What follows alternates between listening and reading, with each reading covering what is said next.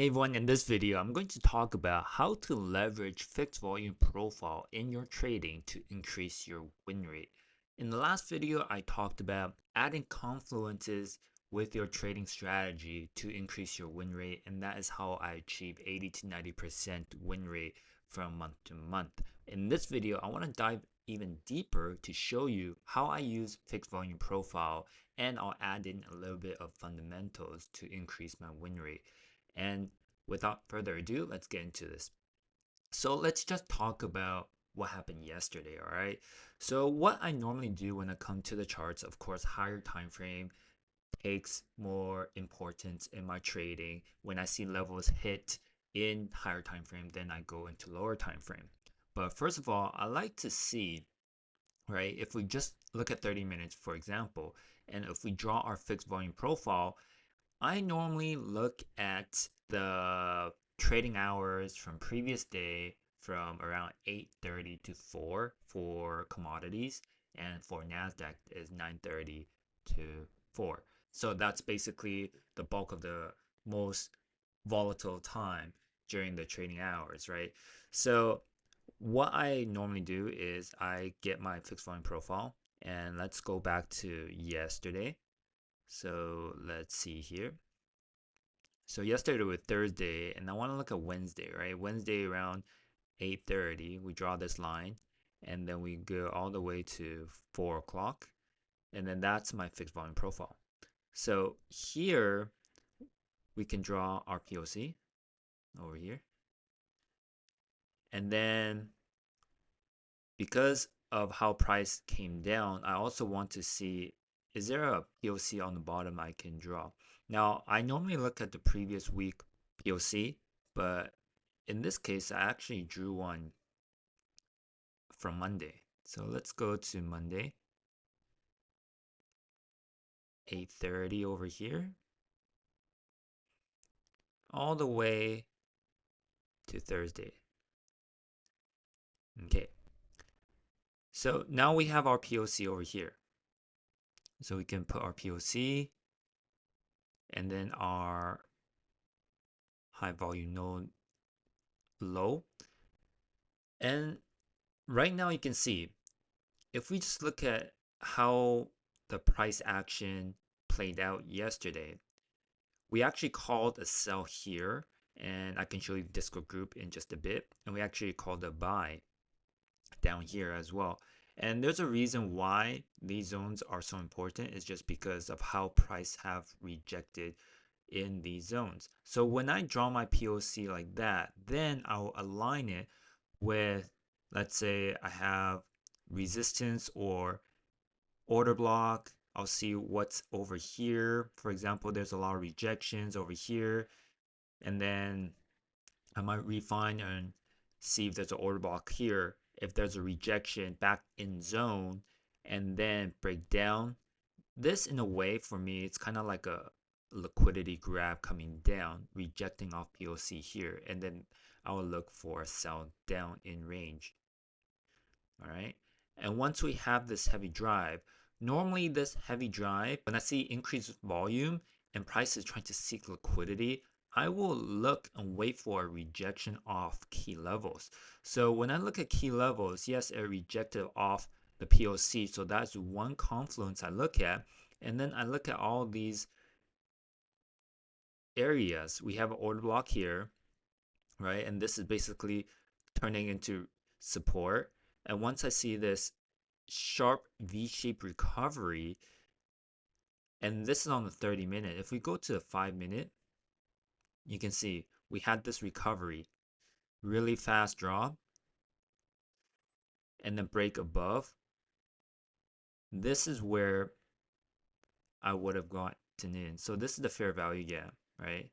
And then the price broke above, rejected off fair value gap or imbalance, whatever you call it. And then my target will be the POC over here. Okay, so that is normally how I draw my POC between 8:30 to 4 p.m. EST, or for NASDAQ, it will be from 9 to 4 p.m. EST. And once you draw it, you look at how price is reacting off the POC, the high node, the low node, and then once it bounces and align with order block imbalance, then you find a way to get in. So as you can see, price drops so heavy over here. We don't want to catch a falling knife. So what we want to do is wait for a sign that price is going to reject off a certain key level, right? In this case, we have a heavy key level here, as you can see, right? A lot of consolidation here. And then we had a candle wick going back up. Of course, we can't just get in here. Same thing, we have a rejection here, but it didn't go all the way up. It went a second drop, and then we have this V-shaped recovery. Now, why this is a better buy is because we had this POC rejection, we had this V-shaped volume push back up, and it broke above this area. So we had a change of character, and basically this can be act as our new support, right? We broke up, and then we also created imbalance, and then it rejected off the imbalance and pushed up. Okay, so it pushed off a high volume node down here, and then went all the way up to our resistance that we drew up here. Okay, now that is one thing I look at, and that is how I draw my POCs and fixed volume profile. But yesterday, we actually called a buy after news came out at 8:30 just because we saw the numbers. Now, the numbers is really important because, as you know, gold and the dollar, they're inversely correlated. So if the dollar is dropping, then gold should be increasing, right? Of course, there's macro, micro fundamentals, but just by looking at the numbers, normally if we see red here on a red folder, right, gold should be shooting up. So if we look at news, let's see here. So here was the news release. Before the news release, we had this drop, right? And then the news came out at 8:30. And then this is actually where we got it because we saw this push, came back to imbalance. And then this is where we got in. We saw the drop, and then we went in on this buy here to the top. All right.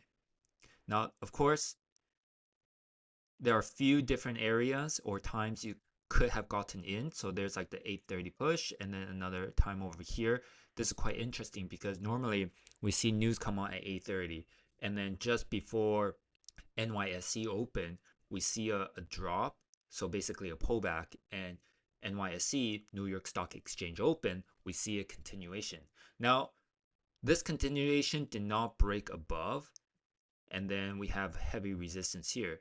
But whenever we see this drop, we can see what kind of confluence, because this is already a change of character, right? We have an uptrend going, and this steep drop is manipulation, right?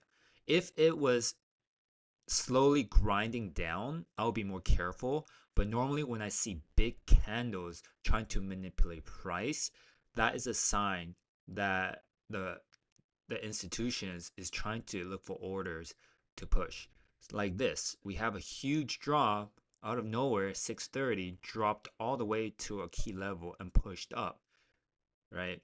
And then because we have structure, this drop, we can see with our fib as well from here to here, right at 618. So that's another confluence. If we break, come back to 618, fair value gap, order block, that's a strong support and a key area I would get in. And it will be considered A plus setup because it already broke above. It broke structure coming back, going back up.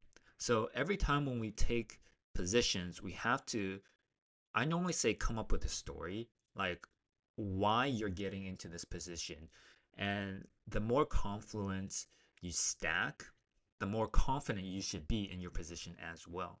And where would you put your stop, right? Normally I put below a key support. So if I got in here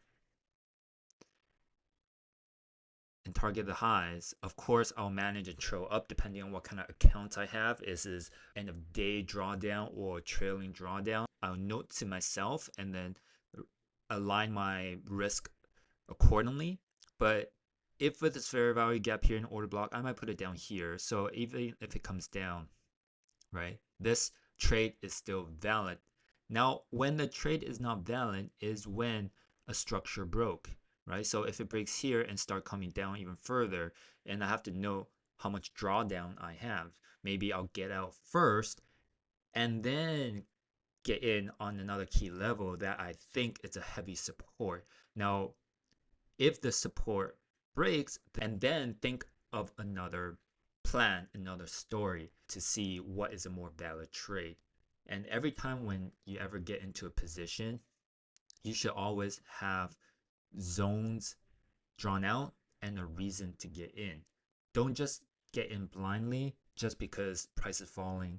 And quite frankly, I used to do that a lot and I used to blow my account because of that. I might have a streak of winning days because I'm on my chart and I plan everything out, everything's going great, and then suddenly another day comes, I just open my charts like, oh, the price is dropping, I'm catching this falling knife, there's no way it's gonna go further, right? Most of the time, that's how I get in a deep drawdown, is because I think the price is done dropping. So I'm gonna catch this on a reversal and buy up.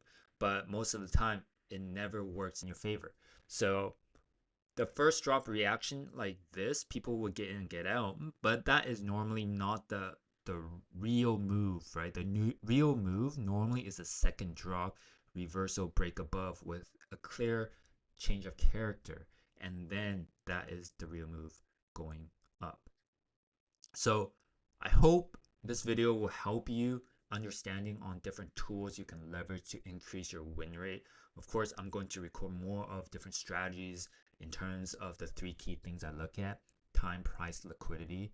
And if you understand and master these three things and just look at key time periods to get in, your win rate is going to increase because now you're just focusing on three areas. You're not looking at the whole day and figuring out how to get in. What is liquidity? When is the best price to get in and enter the market?